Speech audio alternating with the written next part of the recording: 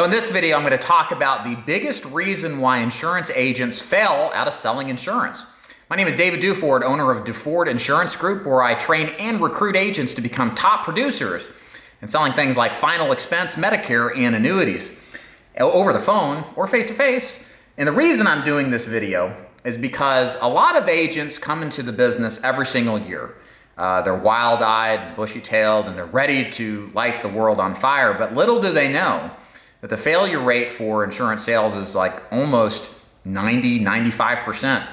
And what I want to talk about is, I think, the biggest single reason why agents fail and how you can work to avoid getting stuck in this trap. So I did a survey, a little backstory here. I did a survey back a couple of months ago at the filming of this, and I wanted to survey people on my agency list, or my entire list of agents, not with me or with me, and ask them specifically why those who failed, why they failed, and start to collect data on what the biggest reasons were the reason why they failed. And the number one most common reason why agents failed selling insurance is they simply picked the wrong survey. And again, I had 103 agents, I think, say that, and that was the single biggest factor by a long shot as to why the agent had failed as a primary reason why. So why is the agency so important to your success in this business? Well, the thing you probably don't know as a new agent getting into this business is that there is a large multi-level marketing influence. In other words, there's a lot of KoolAid being distributed, a lot of the rah-rah, as they call it, as a critical component to agency building and to many of the agencies that are out there. And what you seem to have happen a lot is that a lot of these agents are not as concerned about teaching you to become a top producer. Instead, they're more concerned about teaching you how to be a top recruiter, or having them introduce you to your people, your network, if you will, to sell them insurance and then duplicate the process. And the problem is, this is what I would call a race to the bottom. Trainers recruit other trainers that have no idea how to sell insurance. And therefore, a lot more people fail out a lot faster because they simply didn't have the help necessary to be successful. So what can you do to avoid falling into the trap of this picking the wrong agency? And I think this is a really critical couple of things you can do. So let me go over those real quick. I've got about 5 of these on the list we're going to cover. First of all, always interview with multiple agencies. Even if you've decided that El Jefe here is the best thing since sliced bread and you want to join my agency, wonderful. But you do need to make sure that you interview other agencies. Why? Because it's going to give you a balanced perspective on who does what, and it's going to allow you to better pick the best choice that's best for you.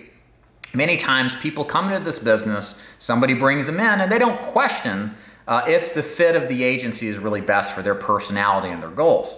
So slow down. Don't go head over heels. Talk to other organizations, even if it's just one other one, to get a better balanced perspective of which one of those organizations best fits you, because this might make or break your career. As we've already said, most agents quit because it's a bad fit. Number 2, when you do these interviews, notice how they actually answer your questions. It's not so important to know what answers are best, although there are some answers that are better than others. But it's important to know how they respond when you ask good questions. Do they get defensive? Do they get mad? Do they shut down? Do they fidget? Do they get uncomfortable? Do they sound like they're spinning a bunch of lies to you? Okay, this is what you want to sense and read between the lines. And if you don't do this, you feel like, and you'll have an instinct about this. We all have gut instincts. We should listen to them more. And if you get a feel like what you're hearing is kind of a load of crap, it probably is, and is a good indication that said agency isn't right. But if you get somebody who's straightforward with you, they've come off the right way when you ask those questions, they don't sound irritated, that's a great sign you're dealing with a good, transparent, and honest agency. Or a really, really, really good liar. Number 3, usually it's a transparency is good kind of thing. Number 3, find production-oriented, not recruitment-oriented agencies. So what do I mean by that? I want you to take selling insurance as a personal producer way more seriously than recruitment. In fact, maybe by the time you've seen this video, I've done a video about why new agents should never recruit. It's a fool's errand to think you can recruit people without any requisite street cred. If you don't know how to do this business firsthand, what business do you have recruiting anybody? The way that you have the ability to recruit people is by actually applying yourself and seeing success in the field firsthand.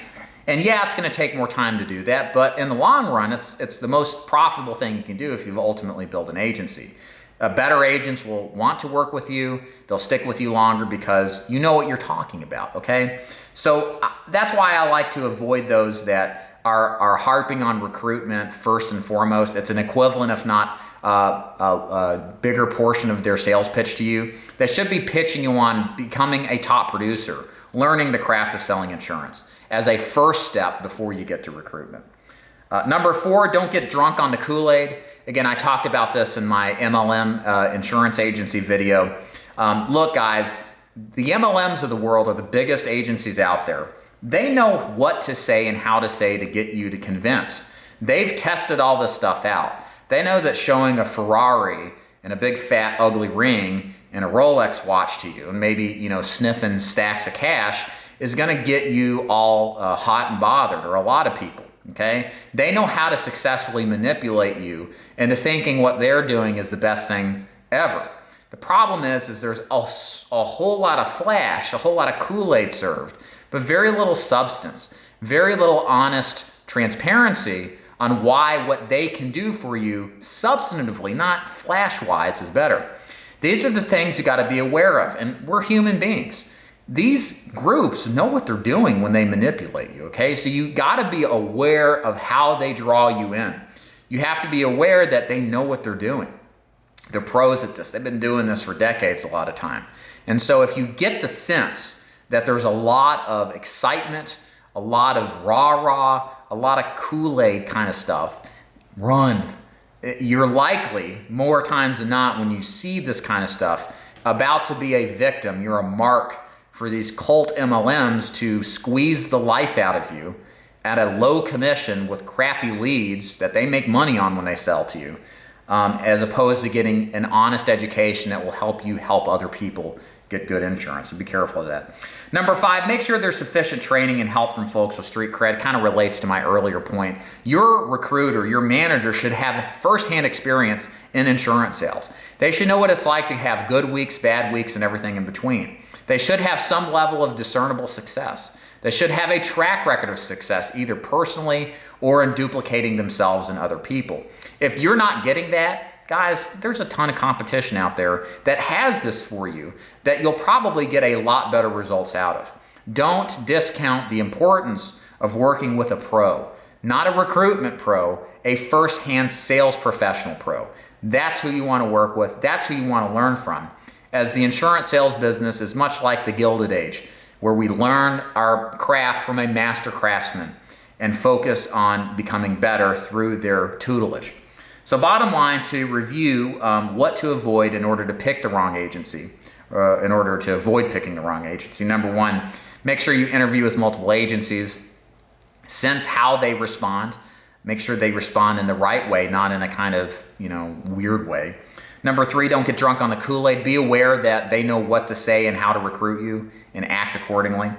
Number 3, really, this is number 4 at this point. I can't count apparently.